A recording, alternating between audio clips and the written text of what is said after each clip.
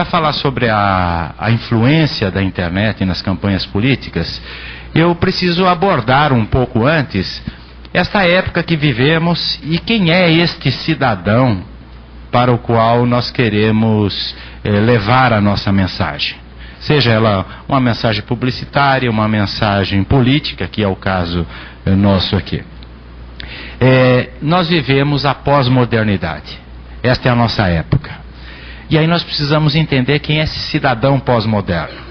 Esse cidadão que se formou num período aí desses últimos 50 anos.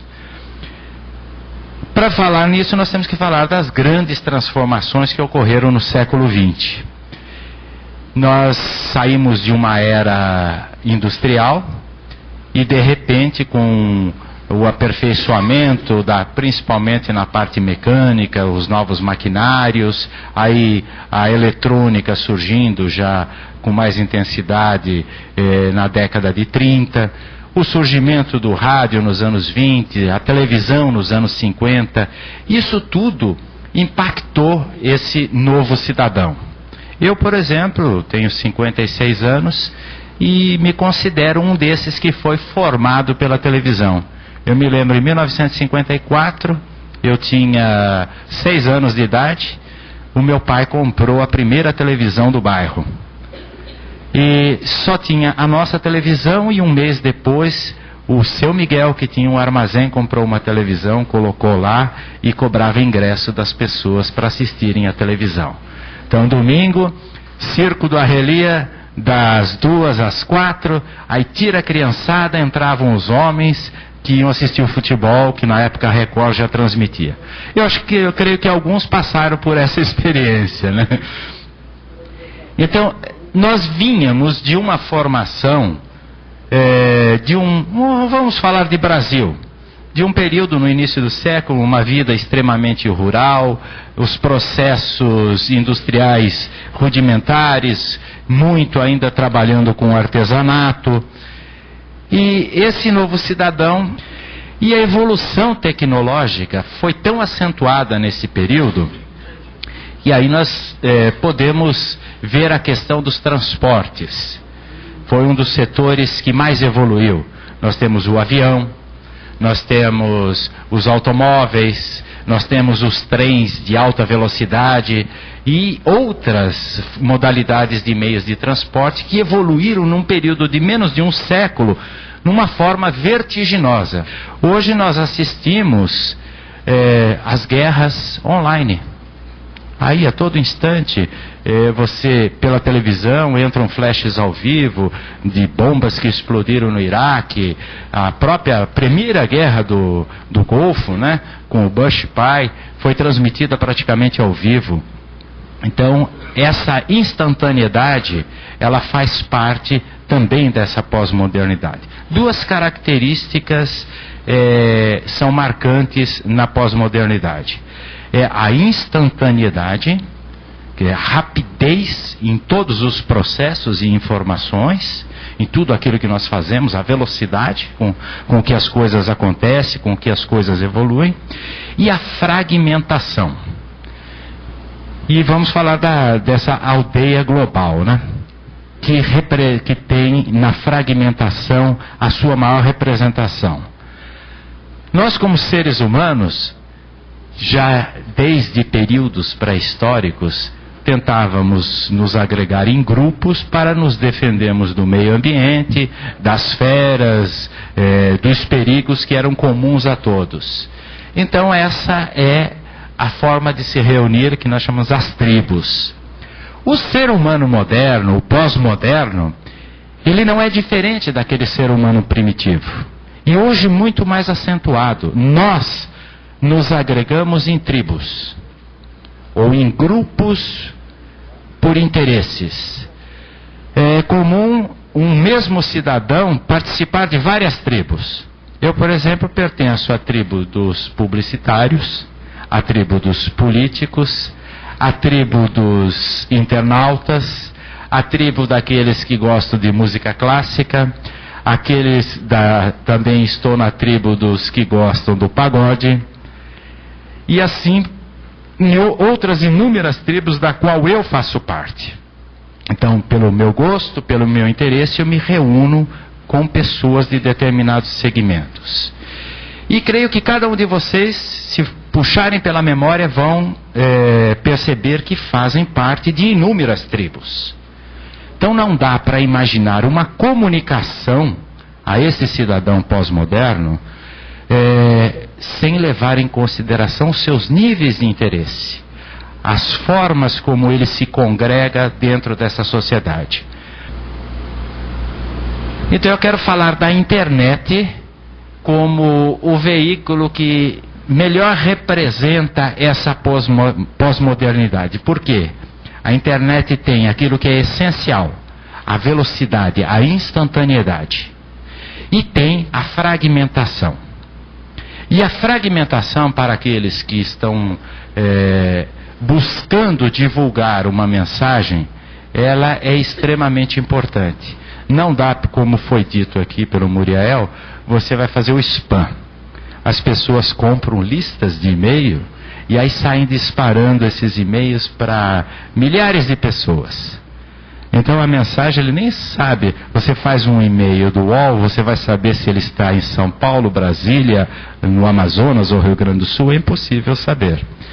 Um e-mail do Terra, do IG e tantos outros. Então de repente você vai disparar uma mensagem e essa mensagem está chegando por um público que não tem o menor interesse e que cria aquela contra-propaganda ou um mecanismo de defesa do internauta, que é mandar mensagens contra aquele produto, contra aquela mensagem que está sendo veiculada. Por quê? Porque ele se sentiu invadido, porque ele se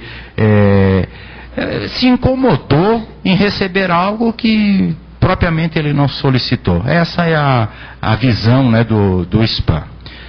Se você quer atuar na internet, que é indiscutível que hoje é um e-mail extremamente poderoso para se comunicar com formadores de opinião, e que certamente são as pessoas que replicam essas opiniões.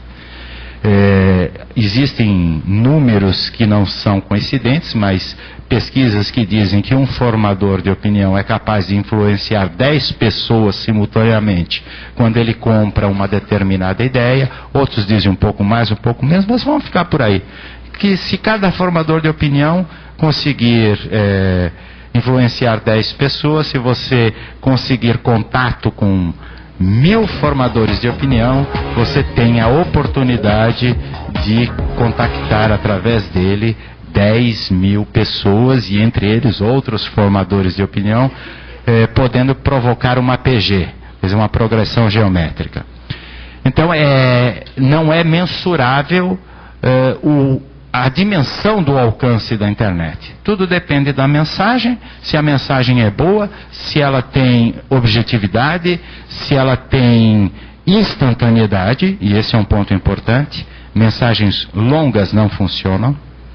Os internautas, de maneira geral, eles dão uma lida rápida, textos resumidos, não são pacientes para ficar lendo grandes textos, exceto aqueles que usam a internet para pesquisa, são obrigados a ler, então necessariamente vão ler longos textos. Mas a informação ela tem que ser rápida, objetiva, instantânea. Nós vivemos, esse cidadão pós-moderno, ele vive a época do prêt-à-porter, o pronto para usar, ou fast food, né, o pronto para consumir.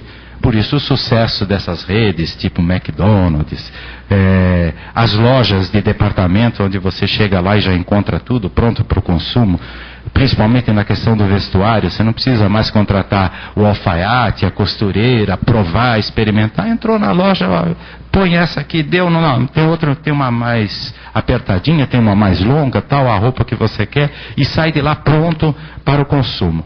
Então, a nossa sociedade está tremendamente influenciada por essa questão da instantaneidade e a fragmentação pelos seus níveis de gosto e de afinidades.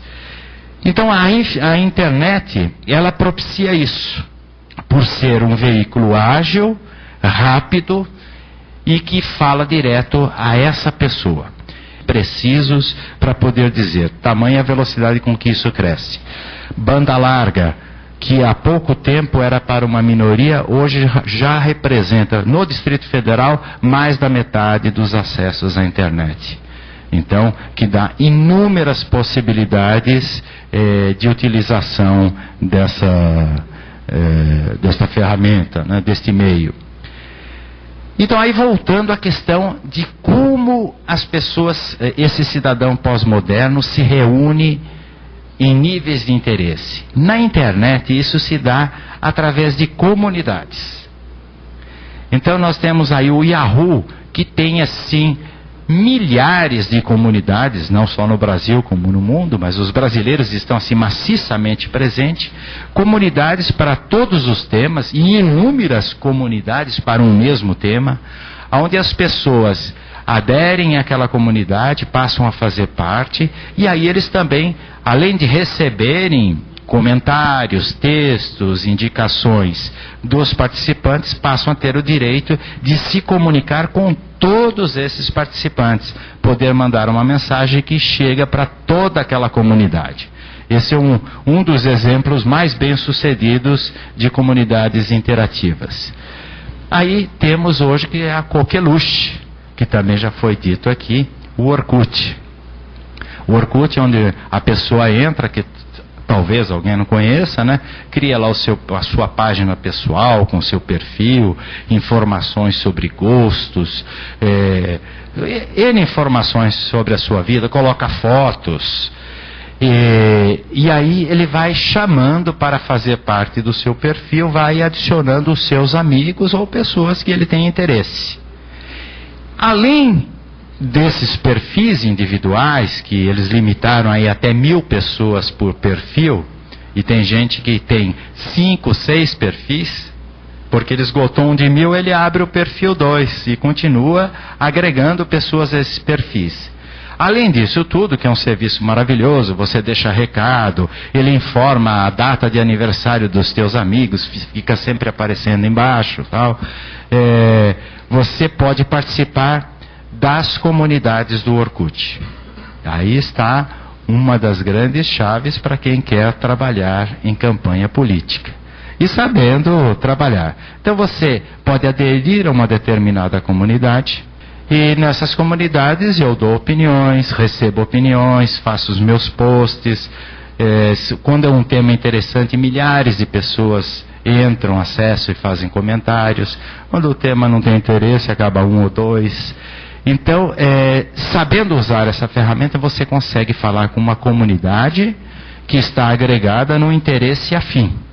Não adianta você ter um instrumento desse e a pessoa chegar ali e mandar uma mensagem que não tem nada a ver. Por isso, eu insisto naquela questão desta fragmentação do cidadão pós-moderno, que se organiza por comunidades, por grupos, por níveis de interesse.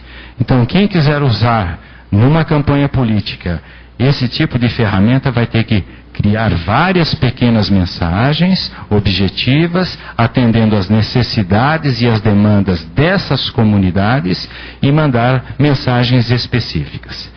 Uma outra ferramenta que vocês vão poder acessar lá no Painel Brasil, vocês vão clicar lá no videoblog, vão ver isso pela internet. O que consiste o videoblog? Hoje os blogs estão em alta no mundo. As pessoas criam seus blogs, ou especialistas, ou até mesmo pessoas comuns que têm lá um tema de interesse e começam a escrever os seus textos e permite que as pessoas venham e postem comentários sobre aquilo que você escreveu. Então esse é o blog tradicional. O videoblog, o que ele agrega? O vídeo e o texto. Então, necessariamente não é o texto que está sendo falado, mas eu posso ter um texto escrito meu, eu posso ter um texto que eu vi publicado na internet de um tema relevante, eu publico esse texto lá e faço um comentário, a minha posição pessoal sobre esse texto. Problemas da comunidade, então eu venho e abordo esse problema no videoblog e permito com que as pessoas venham a postar. Paralelamente, a ferramenta desenvolvida permite que esta página do videoblog seja enviada como uma videomensagem. Então, nas comunidades tipo Orkut, tipo no Messenger e tantas outras formas de interação por comunidade, a pessoa posta lá convidando a pessoa a assistir aquele vídeo ou a participar daquele programa. Então, isso aí acaba tendo um efeito multiplicador muito grande. Caso tenha mais alguma dúvida sobre videomensagens, sobre a questão de coordenação de campanha, se não há nenhuma dúvida, nós agradecemos a presença de todos e no site www.painelbrasil.com essas palestras, a parte escrita, estarão disponíveis dentro de 2 dias para vocês baixarem, poderem assistir esses vídeos e conhecer outros exemplos. Então, muito obrigado pela presença de todos.